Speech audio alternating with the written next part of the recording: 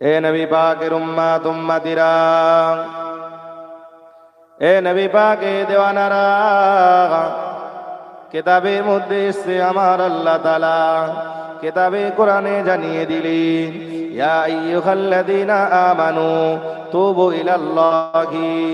এ নবী পাকের উম্মত উম্মতিরা, এ নবী পাকে দেওয়ানারা, আমার আল্লাহ পাক কিতাবে কোরআনে জানিয়ে দিলেন, এরে আমার বান্দা বান্দিরা, তোমরা তওবা করো, তওবা করো, আমি আল্লাহ আমার দিকে ফিরে এসো, ইস্তিগফার করো, ইস্তিগফার করো।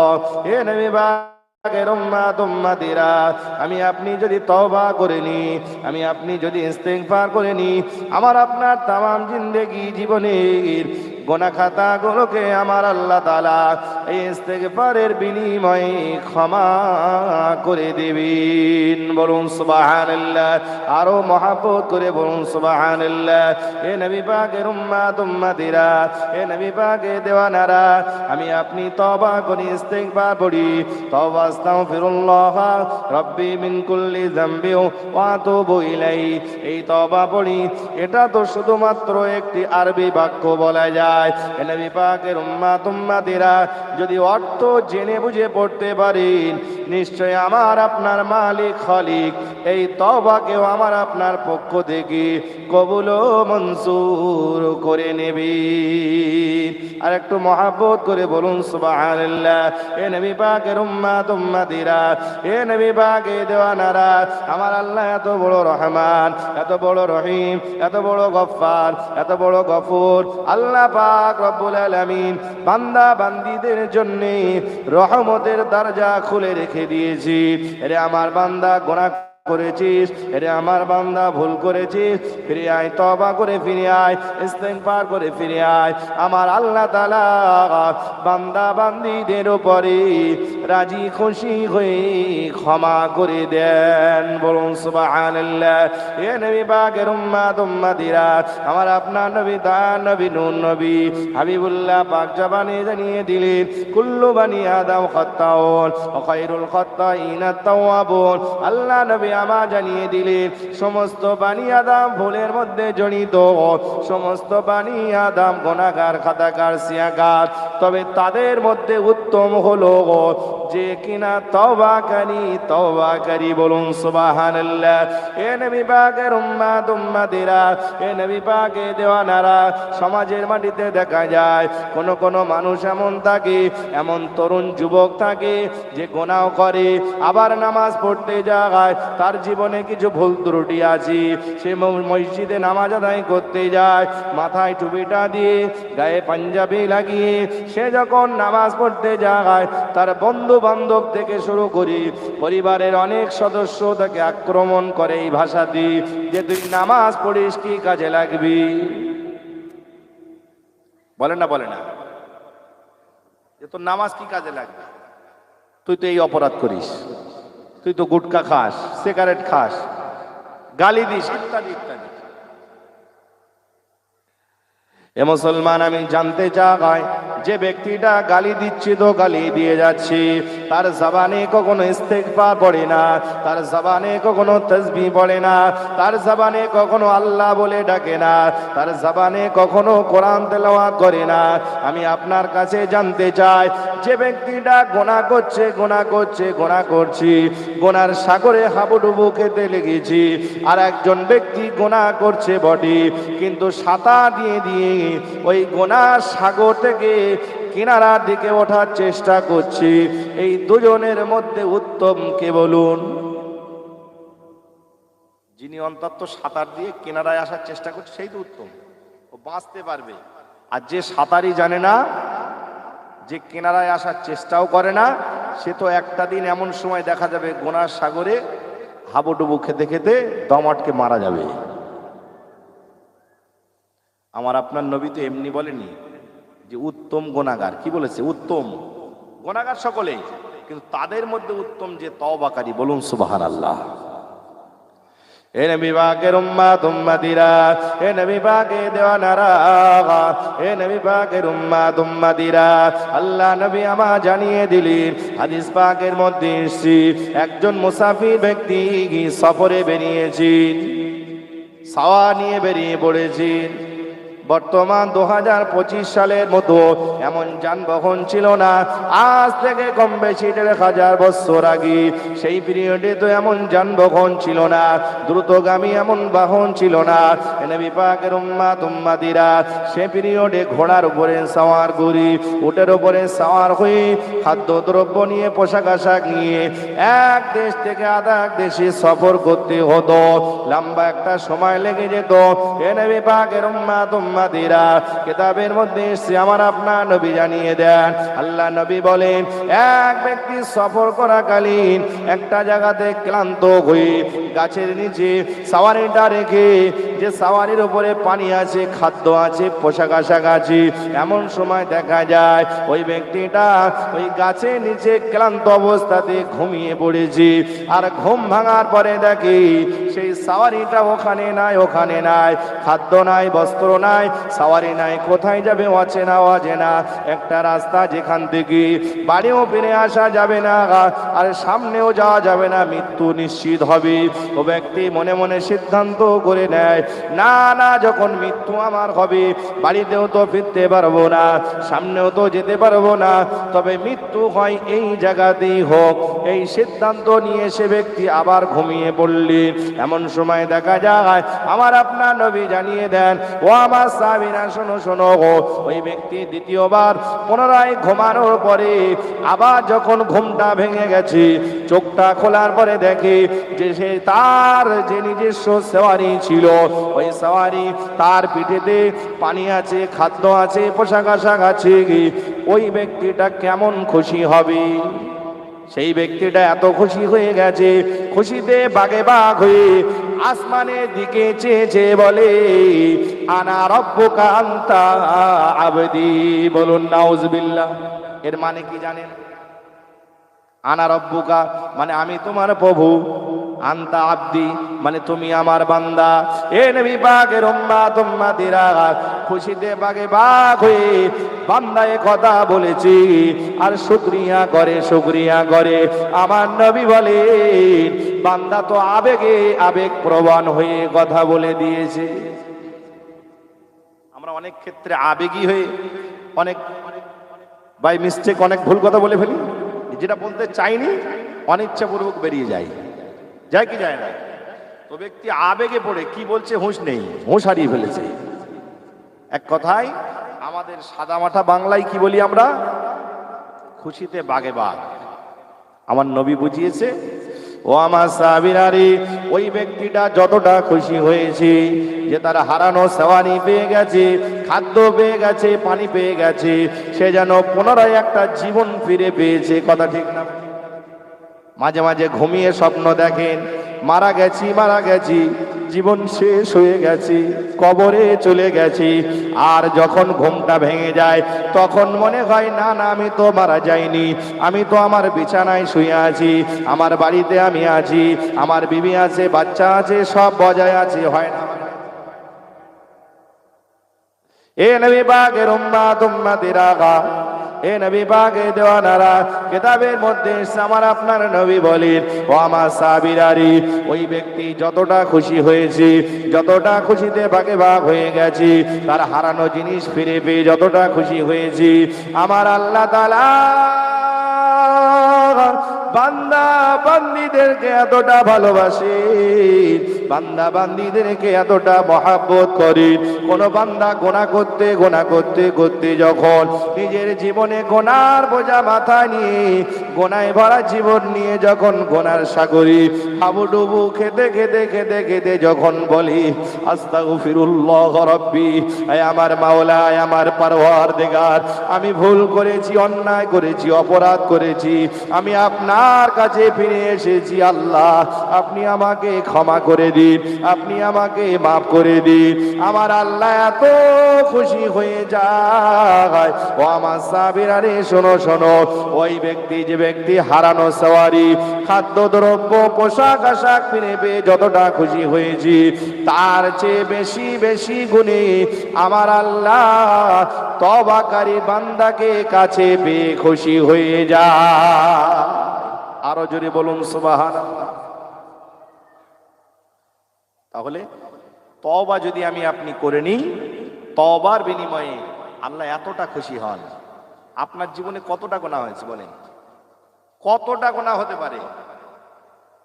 শুধু ভরসা আর বিশ্বাসটা রাখবেন আল্লাহর উপরে, ভরসার বিশ্বাসটা রাখবেন আল্লাহর উপরে। এই ঈমানটুকু থাকতে হবে, এটা শর্ত। যদি আপনার তাওয়াক্কুল ভরসা ঠিক থাকে, আমার আল্লাহর মেহেরবানি, আল্লাহ পাক রব্বুল আলামিন আপনার এই নেক আমলের বিনিময়ে, এই ঈমানের কারণে মাওলাই করিম আল্লাহ সুবহানাহু ওয়া তাআলা আমার আপনার জীবনের গুনাহ খাতা মুহূর্তের মধ্যে মাফ করে দেবেন। বলুন সুবহানাল্লাহ। একটু মহব্বত করে হবে না সুবহানাল্লাহ? এ নবী পাকের উম্মত উম্মতিরা, এ নবী পাকের দেওয়ানারা, কিতাবের মধ্যে এসেছি আল্লাহ নবী হযরতে মুসা আলাইহিস সালাতু ওয়াস সালামের জামানাতি, আল্লাহ নবী হযরতে মুসা আলাইহিস সালাতু ওয়াস সালাম আল্লাহ পাকের কাছে দাবি করলেন, ও রব্বি আল্লাহ, ও মাওলাই করিম, আমি দুনিয়ার জমিনে, আসমান আর জমিনের মাঝখানে সবচেয়ে পাপী বান্দাকে আমি তাকে একটু দেখতে চাই, আমি আমার চামড়া চোখে দেখতে চাই। আল্লাহ পাকের কাছে আরজু করেন। আল্লাহ নবী মুসা আলাইহিস সালাতু ওয়াস সালাম আল্লাহ পাকের কাছে আরজু করার পরে আমার আল্লাহ পাক জানিয়ে দিলেন, এ আমার নবী মুসা, যাও যাও চলে যাও, তুমি ওই রাস্তা দাঁড়িয়ে দাঁড়িয়ে থাকবে আর দেখবে সকালবেলা একজন আমার বান্দা হেঁটে হেঁটে যাবে। ওই বান্দাটা হলো আসমান আর জমিনের নিচে সবচেয়ে বড় গুনাহগার ব্যক্তি। আল্লাহ নবী হযরত মুসা আলাইহিস সালাতু ওয়াস সালাম আল্লাহ পাকের হুকুমে রাস্তা ধারে দাঁড়িয়ে থাকে। এমন সময় দেখা যায় একজন কাঠুরি কাঁধেতে কুড়ুলটা নিয়ে, সঙ্গে তার ছোট্ট বাচ্চা রয়েছে, তার হাতটা ধরে আল্লাহ নবী মুসা আলাইহিস সালাতু ওয়াস সালাম লক্ষ্য করে দেখে ওই কাঠুরি রাস্তা দিয়ে হেঁটে হেঁটে যায়, সঙ্গে ছোট্ট বাচ্চা রয়েছে। এ নবী পাকের উম্মত উম্মতিরা, আল্লাহ নবী মুসা আলাইহিস সালাতু ওয়াস সালাম এটা দেখার পরে বুঝতে পারে এটাই হলো আল্লাহ পাকের সবচেয়ে বড় গুনাহগার বান্দা। এ নবী পাকের উম্মত উম্মতিরা, এ নবী পাকের দেওয়ানারা, আল্লাহ নবী মুসা আলাইহিস সালাতু ওয়াস সালাম বড় নাছাড় বান্দা ছিলেন, আল্লাহর কাছে বারে বারে দাবি করতেন, আরজু করতেন। এমন সময় নবী মুসা আলাইহিস সালাতু ওয়াস সালাম আল্লাহ পাকের দরবারে আরজু করলেন, ও রব্বি আল্লাহ, দুনিয়া আসমান আর জমিনের মাঝখানে সবচেয়ে বড় গুনাহগার ব্যক্তিকে আমি দেখেছি চামড়ার চোখে, তবে একটিবার আমি চামড়ার চোখে দেখতে চাই আসমান আর জমিনের মাঝখানে সবচেয়ে বড় আল্লাহওয়ালা ব্যক্তি কি?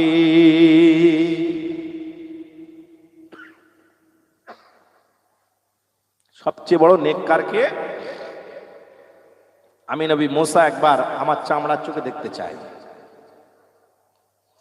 আমার আল্লাহ পাক জানিয়ে দিলেন, এরে আমার নবী মুসা, যাও চলে যাও। যখন সন্ধ্যা ঘনিয়ে আসবে, বেলাটা ডুবো ডুবো হবে, এমন সময় লক্ষ্য করে দেখবে ওই রাস্তা ধারে দাঁড়িয়ে থাকবে একজন আমার বান্দা হেঁটে হেঁটে যাবে। ওই বান্দাটাই হলো আসমান আর জমিনের মাঝখানে সবচেয়ে বড় নেককার আল্লাহওয়ালা বান্দা। বলুন সুবহানাল্লাহ। এ নবী পাকের উম্মত উম্মতিরা, আল্লাহ নবী মুসা আলাইহিস সালাতু ওয়াস সালাম আল্লাহ পাকের হুকুমে রাস্তা ধারে দাঁড়িয়ে থাকলি, অপেক্ষা করি কখন আল্লাহওয়ালা ব্যক্তিটা যাবে। একবার চামড়া চোখে দেখে নেব যে আমার আল্লাহ পাকের সবচেয়ে বড় প্রিয় বান্দা, নেককার আল্লাহওয়ালা বান্দা নবী মুসা আলাইহিস সালাতু ওয়াস সালাম। দীর্ঘ অপেক্ষা করার পরে দেখা যায় ওইখান দিয়ে আবার সেই কাঠুরি হেঁটে হেঁটে যায়। আল্লাহ নবী মুসা আলাইহিস সালাতু ওয়াস সালাম পেরেশানির মধ্যে পড়ে যায়, টেনশনের মধ্যে পড়ে যায়। আল্লাহ পাকের কাছে জানতে চায়, আল্লাহ কি আপনার কুদরত, কি আপনার লীলা খেলা জানি না বুঝি না, আপনার কুদরত জ্ঞানের বাইরে আল্লাহ। যে বান্দাকে সকালবেলা দেখেছি বড় পাপী পাপিষ্ট, আবার একই বান্দাকে দেখি আপনার সবচেয়ে বড় প্রিয় বান্দা। রহস্যটা কি? আল্লাহ কুদরতটা কি? নবী মুসা আলাইহিস সালাতু ওয়াস সালামের জবাবে আমার আল্লাহ পাক বলেন, এরে আমার নবী মুসা, এটা আমি আল্লাহ, আমার কুদরত নয়, বরং এটা আমার বান্দার নেক আমল। বলুন সুবহানাল্লাহ।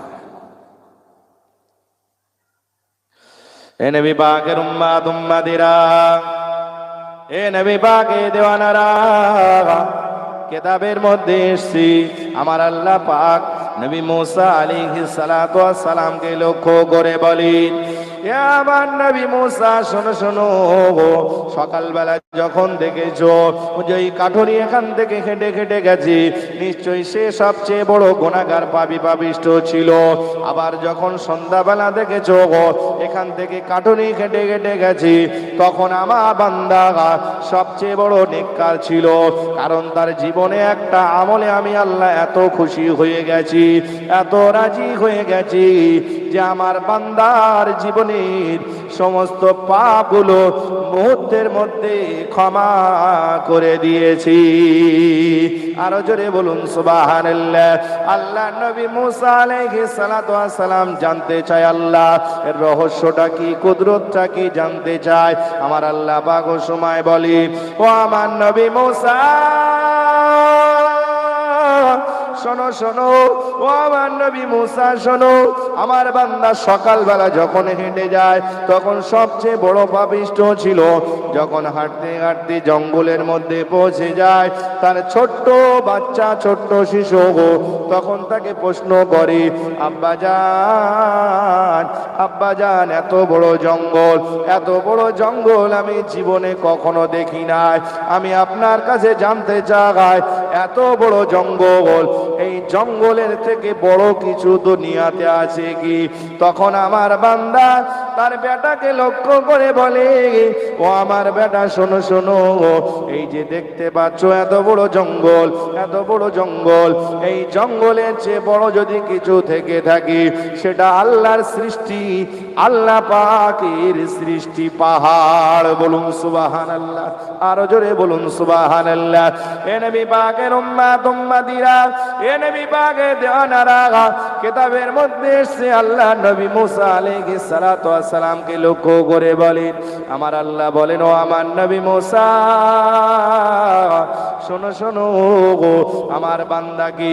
আবার তার ছোট্ট শিশু আবার প্রশ্ন করে, আব্বা জান, এই পাহাড়ের চেয়ে বড় কি আছে বলেন?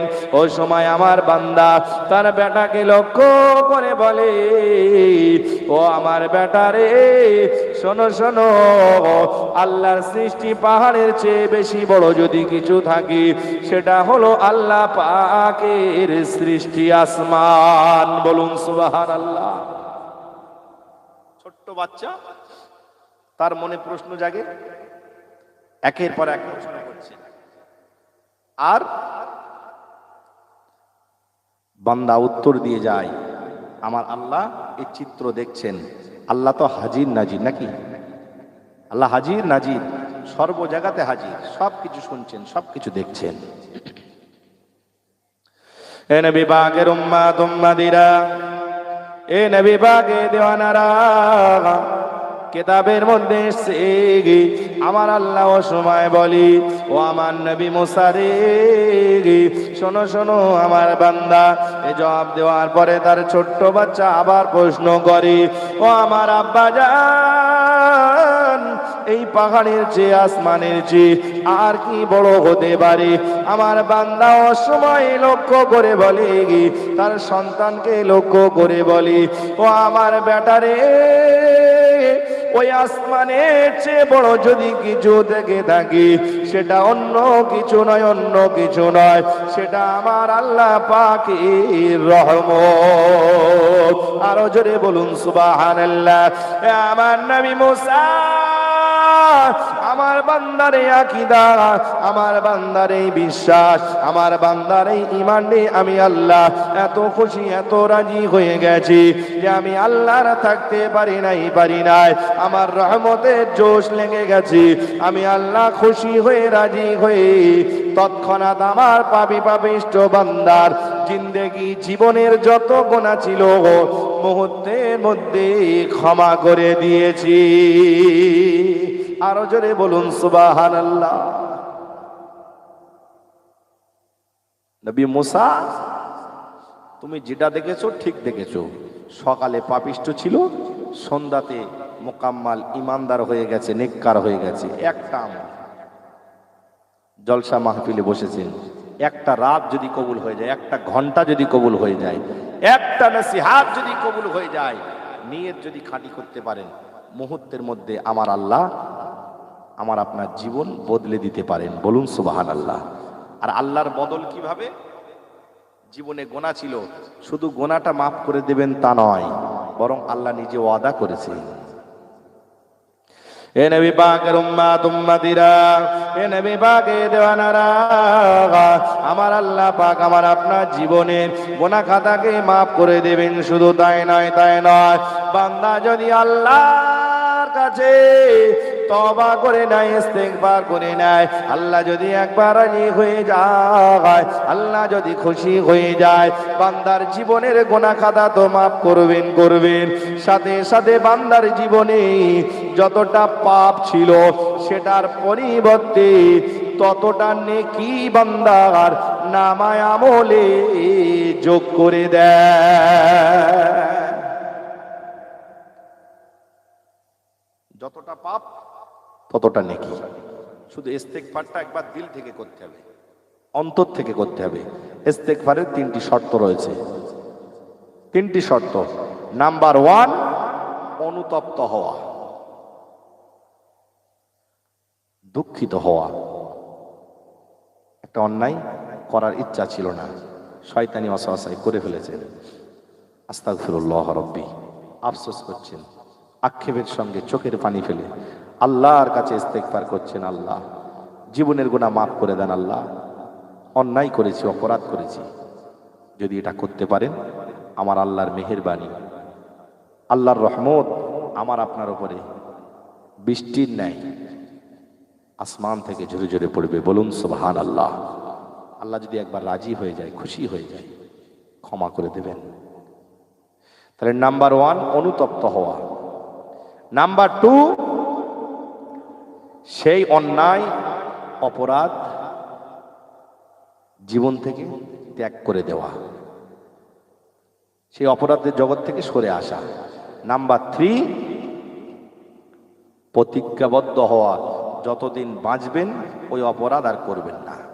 আর ফোকায়ে কেরামগণ 4 নম্বরে একটা যোগ করেছেন, কি সেটা? হুকুকুল ইবাদ, যেটা বান্দার হক, এটা আল্লাহ কখনো মাফ করবেন না, তওবায়ও ক্ষমা হবে না। যার হক তালফি করেছেন, যার হক নষ্ট করেছেন, তার কাছেই ক্ষমা চাইতে হবে। সে যতক্ষণ না ক্ষমা করবে আপনার মাফ হবে না। এ নবী পাকের উম্মত উম্মতিরা, এ নবী পাকের দেওয়ানারা, কিতাবের মধ্যে এসেছে আমার আপনার নবী দার নবী নূর নবী হাবিবুল্লাহ পাক জবানে সোনা জবানে জানিয়ে দিয়েছি, রে আমার সাহাবীরা রে, বানি আদম সকলেই গুনাহগার খাতাকার। এ আমার সাহাবীরা রে, তবে উত্তম হলো ওই ব্যক্তি যে তওবাকারী, ইস্তেগফারকারী, যে কিনা গুনাহ হয়ে গেলে আস্তাগফিরুল্লাহ রাব্বি পড়ে নেয়, যে কিনা অন্যায় হয়ে গেলে আস্তাগফিরুল্লাহ রাব্বি পড়ে নেয়, গুনার জন্য অনুতপ্ত হয়, অন্যায় হয়ে গেছে, অপরাধ হয়ে গেছে, আল্লাহর কাছে ফিরে এসে সেজদায় পড়ে যায়, সেজদায় পড়ে চোখের চোখের পানি ছেড়ে দিয়ে আল্লাহর কাছে ইস্তেগফার করতে থাকি। রাতের অন্ধকারে একাকী নির্জনে নিরালায় বসে বসে আল্লাহর কাছে তওবা করে, আল্লাহ জীবনে অনেক অন্যায় করেছি, সকলকে লুকিয়েছি, সকলকে ফাঁকি দিয়েছি, সকলের সঙ্গে প্রতারিত করেছি, আল্লাহ প্রতারণা করেছি। মাওলাই কারীম, কেউ দেখে নাই, কেউ জানে না, আল্লাহ মেহেরবানি করে আপনি ক্ষমা করে দিন, আপনি মাফ করে দিন। আল্লাহ নামাজ কাজা হয়ে গেছি, আল্লাহ রোজা কাজা হয়ে গেছি, আল্লাহ মোবাইলে অনেক আল্লাহ আপনার নিষেধ যা ছিল সেই ছবিগুলো দেখে ফেলেছি, আল্লাহ সেই ভিডিওগুলো দেখে ফেলেছি। ও মাওলাই কারীম, আপনি দয়া করে ক্ষমা করে দিন, আপনি দয়া করে মাফ করে দিন। আল্লাহ পাকের কাছে বান্দা যদি ইস্তেগফার করে নেয় আর বান্দার জীবনে যদি এটা আমলে জারি করতে পারি, সারাদিনে যদি কেউ ইস্তেগফার পড়ি, আমি আপনি জীবনে অনেক গুনাহ করেছি তবে অনেক তওবা পড়িনি, কথাটার বাস্তবতা মিলিয়ে দেখেন, আজকের সকাল থেকে রাত কম বেশি 10টা 10:30 বাজতে চলেছি, কতবার তওবা পড়েছি? 10 বার হয়েছে কি বলতে পারবেন? হয়েছে ভাই? হয়নি তো। অথচ আমার আপনার নবী, সোনার নবী রহমাতাল লিল আলামিন, তানার জীবনে কোনো গুনাহ ছিল না। তিনি কতবার তওবা পড়েছেন জানেন? বলেন ভাই, বলতে চাচ্ছেন কেউ একজন বলেন? মাশাআল্লাহ, আপনি একটা হাদিস পড়েছেন যে 70 বার। কিন্তু আমার আল্লাহ রব্বুল আলামিন মেহেরবানি করে তিনি বান্দাদেরকে এত বেশি ভালোবাসেন, এত বেশি মহব্বত করেন যে মাওলাই কারীম তিনি বান্দাদের তওবার অপেক্ষা, শুধুমাত্র বান্দা এক কদম ফিরে আসবেন, আমার আল্লাহ বান্দার থেকে আরো দ্রুত গতিতে বান্দার দিকে আরো বেশি আগিয়ে যান, ঝুঁকে যান, বান্দাকে ভালোবেসে মহব্বত করে, বান্দাকে ভালোবেসে মহব্বত করে।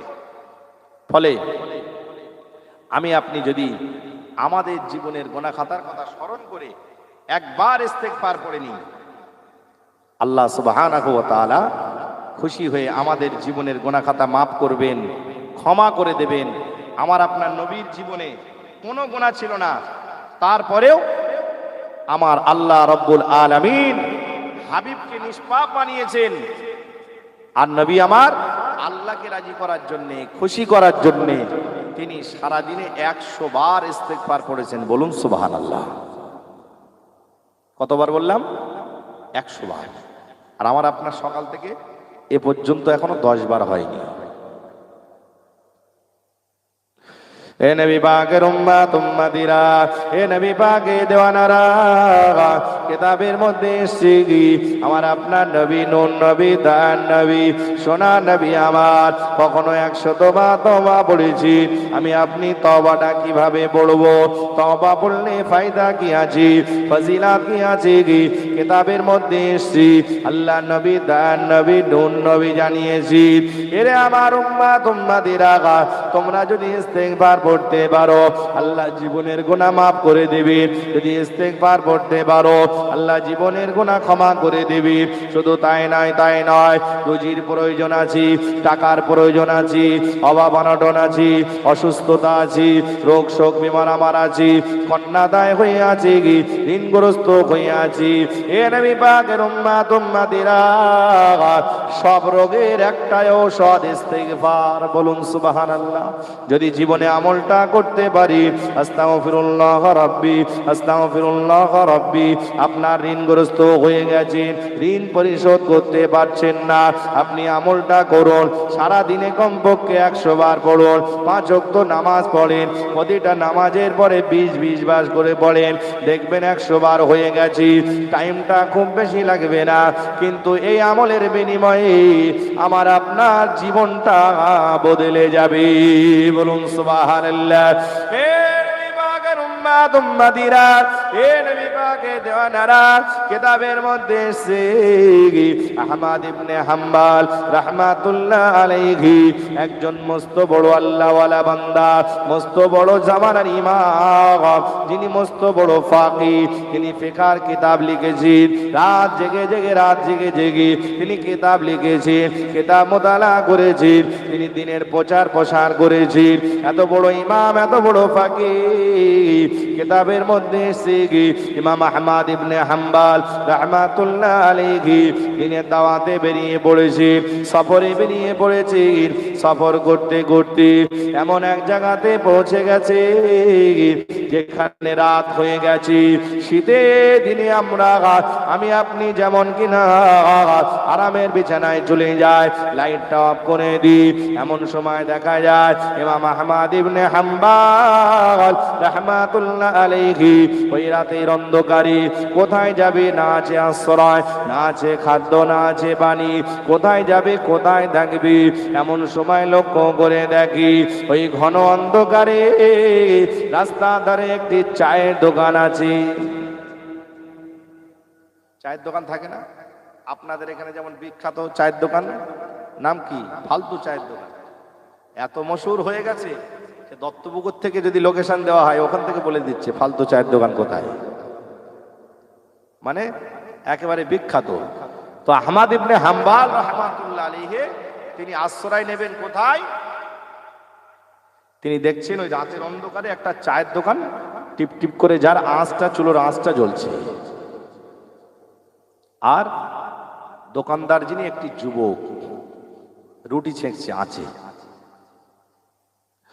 এ নবী পাকের উম্মত উম্মতিরা, এ নবী পাকের দেওয়ানারা, কিতাবের মধ্যে এসেছে হযরত আহমদ ইবনে হাম্বল রাহমাতুল্লাহ আলাইহি, আহমদ ইবনে হাম্বল রাহমাতুল্লাহ আলাইহি ওই যুবককে লক্ষ্য করে বলি, ও ভাই দোকানদার, আমার বাড়ি এখানে না, এখানে না, আমি একজন মুসাফির, আমি আপনার কাছে একটু সাহায্য চাই।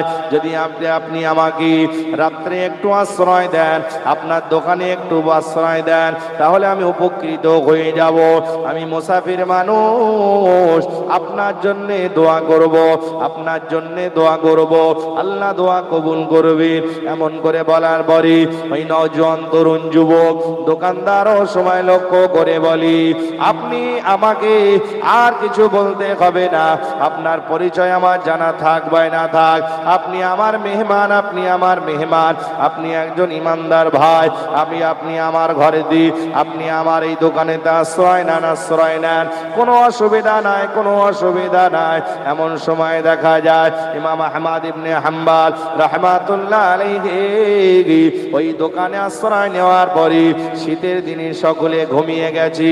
আল্লাহওয়ালা মানুষ, জামানার ইমাম আহমদ ইবনে হাম্বল রাহমাতুল্লাহ আলাইহি তিনি কিতাব পড়ার এত নেশা ছিল, রাত জেগে জেগে রাতের পর রাত জেগে কিতাব মোতালা করেছি, কিতাব লিখেছি।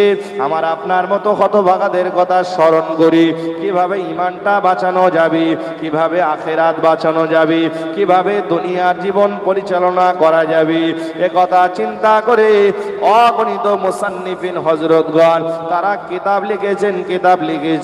এ নবী পাকের উম্মত উম্মতিরা, এ নবী পাকের দেওয়ানারা, কিতাবের মধ্যে এসেছে হযরত আহমদ ইবনে হাম্বল রাহমাতুল্লাহ আলাইহি তিনি আশ্রয় চেয়েছেন।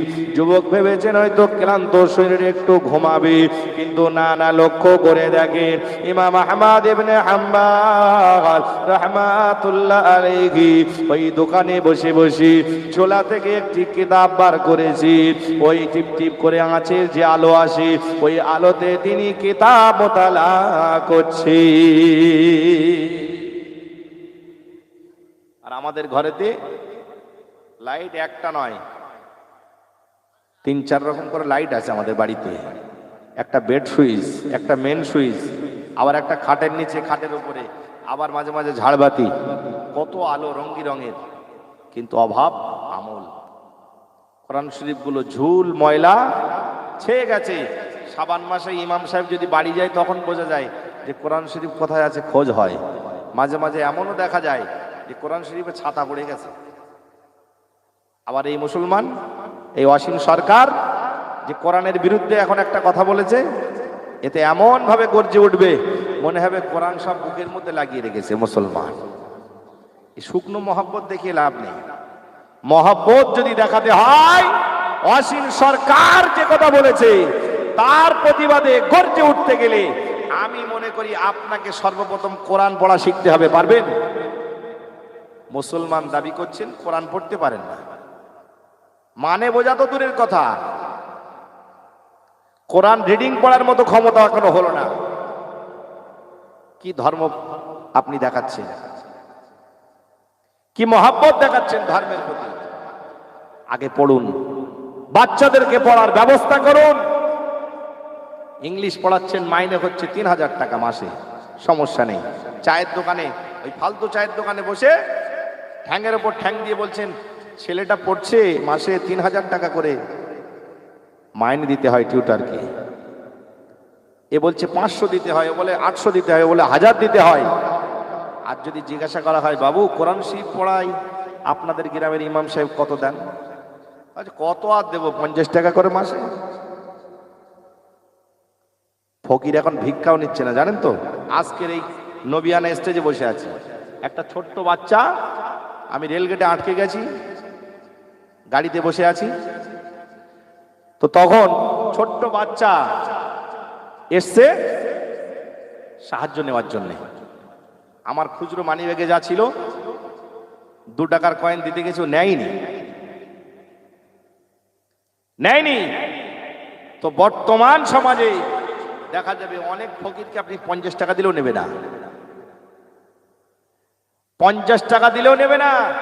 অথচ আমরা ইমাম সাহেব, হাফেজ সাহেবদেরকে, যে কোরআনের জন্য এত লড়াই, এত গর্জন, সেই কোরআন আমি আপনি যখন নিজের বাচ্চাদেরকে শেখানোর জন্য পড়াচ্ছি, তখন মাইনে কত? 50 টাকা। তখন মাইনে আমরা 50 টাকা দিচ্ছি। তাহলে ভাবতে হবে যে আমাদের কত মহব্বত, কত দরদ আছে কোরআনের। যদি দরদ থাকে, আগামীকাল ইস্তেগফার করে ফিরে আসেন। এমন জঘন্য আচরণ যদি কেউ করে থাকেন ইমাম সাহেব, হাফেজ সাহেবদের সাথে, বাচ্চাদেরকে পড়ানোর জন্য বিনিময় তো কখনো দিতে পারবেন না, কিন্তু সম্মানী কমপক্ষে 500 টাকা মাসে দেবেন যদি একটা বাচ্চা কেউ পড়ান। আর যদি 2-10টা বাচ্চা একত্রিতে পড়ান, মানবতা ইনসাফের সঙ্গে, খবরদার শরিয়তের সাথে এই গাদ্দারি কেউ করবেন না। তাহলে ওই দরদ দেখিয়ে কোনো লাভ নেই।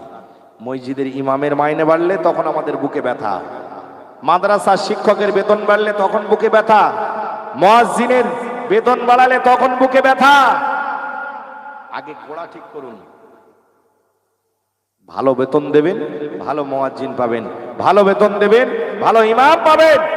আর যদি ভালো ইমাম আর ভালো মুয়াজ্জিনের ব্যবস্থা না করতে পারেন, এই সমাজ অধঃপতনে যাবে, মাথায় রাখবেন।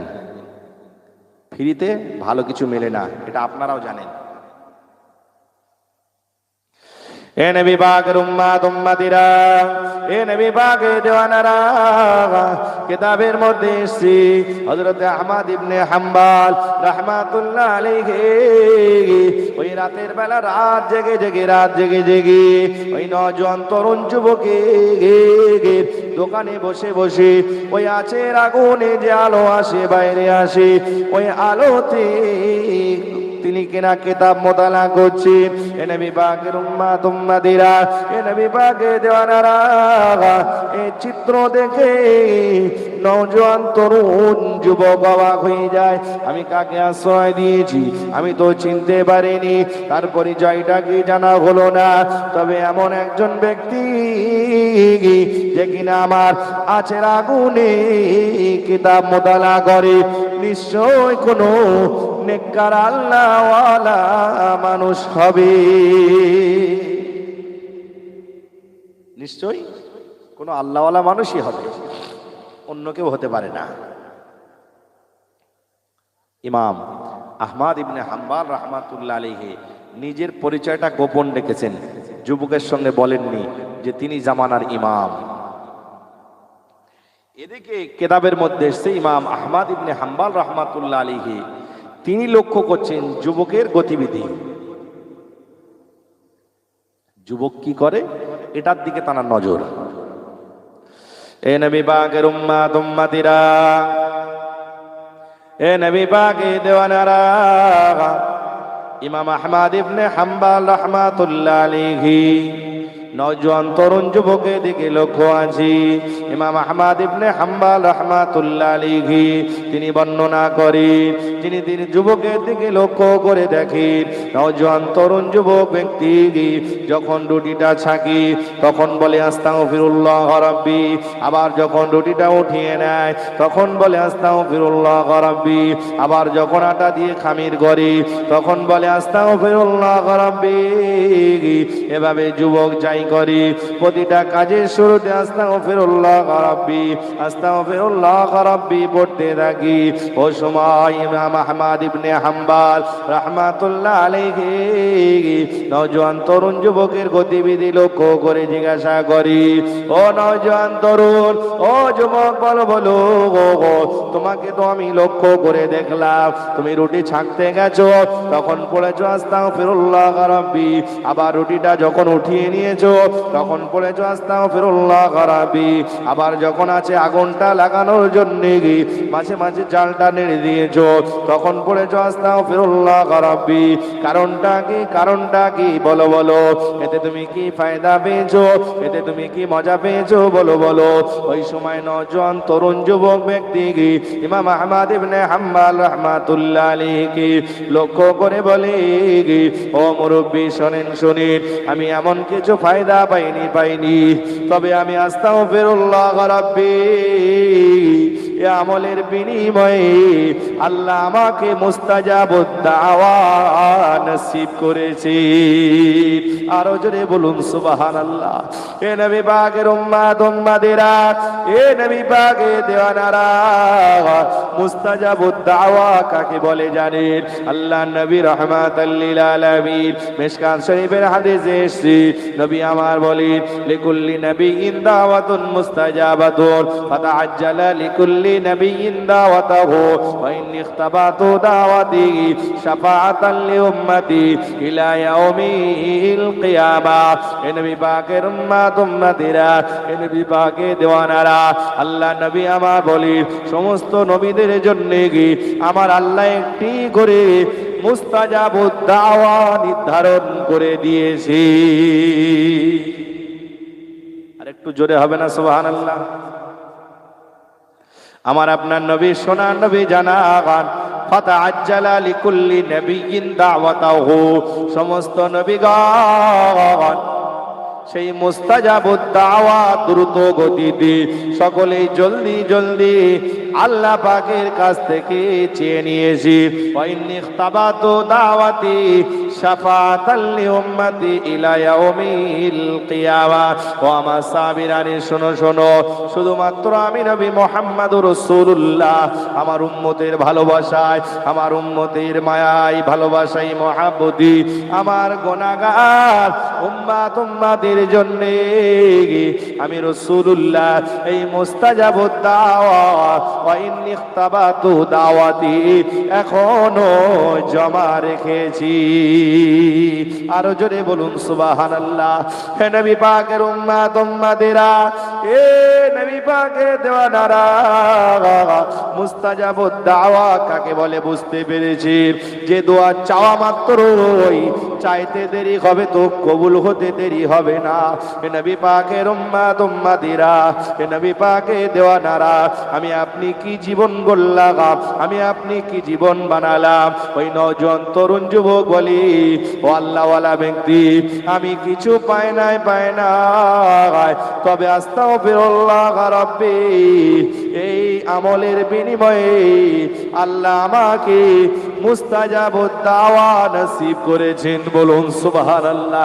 আরো জোরে বলুন সুবহানাল্লাহ। এ নবী পাক পাকের উম্মত উম্মতিরা, এ নবী পাকের দেওয়ানারা, মুস্তাজাবুদ দাওয়া শোনার পরে আহমদ ইবনে হাম্বল রাহমাতুল্লাহ আলাইহি তিনি থমকে গেলেন। কোন যুবকের দোকানে আমি এসেছি, যে নওজোয়ান তরুণ যুবক, একজন মস্ত বড় আল্লাহওয়ালা ব্যক্তি, মস্ত বড় আল্লাহওয়ালা যুবক, এমন একজন যুবকের দোকানে এসেছি। এ তো সাধারণ কোন যুবক নয়, যুবক নয়। ওই সময় নওজোয়ান তরুণ যুবক লক্ষ্য করে বলে, ও আল্লাহওয়ালা ব্যক্তি, শোনেন শোনেন, আমার জীবনে একটাই আক্ষেপ, যে আল্লাহ পাক আমাকে মুস্তাজাবুদ দাওয়া দান করেছেন, তবে আমার জীবনে একটা দোয়া এত করেছি, এত চাওয়া চেয়েছি আল্লাহর দরবারে, এখনো পর্যন্ত আমার দোয়া কবুল হয়নি। আহমদ ইবনে হাম্বল রাহমাতুল্লাহ আলাইহি নওজোয়ান তরুণ যুবককে লক্ষ্য করে বলে, এ যুবক, তবে তোমার মুস্তাজাবুদ দাওয়া কিভাবে হলো? তোমার দোয়া যদি একটা বাকি থাকে, তবে তুমি তো এখনো মুস্তাজাবুদ দাওয়া পাওনি। নওজোয়ান তরুণ যুবক বলি, ও আল্লাহওয়ালা ব্যক্তি, জীবনে যা চেয়েছি, টাকা চেয়েছি, টাকা পেয়েছি, সম্মান চেয়েছি, সম্মান পেয়েছি, রোগ থেকে মুক্তি চেয়েছি, পেয়েছি, যা কিছু চেয়েছি আল্লাহ দরবার থেকে পেয়ে গেছি। তবে জীবনে একটা দোয়া বাকি ছিল, একটা আশা বাকি ছিল, তার জন্য বারে বারে আল্লাহর কাছে নামাজে সেজদা করে দোয়া চাই, আমি হাত তুলে আল্লাহর কাছে দোয়া চাই, আল্লাহ আমার জীবনে বড় চাওয়া, বড় পাওয়া হলো এ জামানার সবচেয়ে বড় ইমাম আহমদ ইবনে হাম্বল রাহমাতুল্লাহ আলাইহির সাক্ষাৎ পেতে চাই। আল্লাহ, আল্লাহর কাছে এত দোয়া করেছি, আল্লাহ এখনো আমার এই দোয়া কবুল করেন নাই। নবী পাকের উম্মত উম্মতিরা কেমন জীবন তারা গড়েছে। নওজোয়ান তরুণ যুবকে কথা বলতে দেরি হয়, আর দেরি হয় না। ইমাম আহমদ ইবনে হাম্বল রাহমাতুল্লাহ আলাইহি তোমকে দাঁড়িয়ে যে আল্লাহু আকবার বলে চিৎকার দিয়ে নওজোয়ান তরুণ যুবককে বুকের সাথে বুকটা মিলিয়ে দিয়ে বলে, ও যুবক, চিন্তা করো না, তোমার জীবনে যে আশা ছিল, তোমার জীবনে যে চাওয়া ছিল, তোমার জীবনে যে ঘাটতি ছিল, একটা দোয়া তোমার চাওয়া ছিল, যে দোয়ার জন্য তোমার জীবনে আক্ষেপ ছিল, আমার আল্লাহ পাক তোমাকে এত বড় মুস্তাজাবুদ দাওয়া দান করেছে। ও যুবক, শোনো, আজ আমি জামানার ইমাম আহমদ ইবনে হাম্বলকে কান ধরে রাতের অন্ধকারে তোমার চায়ের দোকানে পৌঁছে দিয়েছি। আরো জোরে বলুন সুবহানাল্লাহ। যুবক, তোমাকে আল্লাহ এমন মুস্তাজাবুদ দাওয়া দান করেছে, তোমার কাছে, তোমার দোকানে আজকে ইমাম আহমদ ইবনে হাম্বল, যার সঙ্গে দেখা করার জন্য মানুষকে আগে অ্যাপয়েন্টমেন্ট নিতে হয়, আগে থেকে দরখাস্ত করতে হয়, আর তাকে আল্লাহ তোমার দরবারে, তোমার চায়ের দোকানে কান ধরে তোমার দোকানে পৌঁছে দিয়েছে তোমার দিদারের জন্য। বলুন সুবহানাল্লাহ। কি ছিল তাদের জীবন, কি ছিল চাওয়া পাওয়া? একটা আমল, আস্তাগফিরুল্লাহ রব্বি, আস্তাগফিরুল্লাহ রব্বি, আস্তাগফিরুল্লাহ রব্বি। আজ থেকে এই আমলটা করুন, জীবনে যা কিছু চাওয়া পাওয়া রয়েছে সবটাই আমার আল্লাহ এর বিনিময়ে কবুল করে নেবেন। বলুন সুবহানাল্লাহ।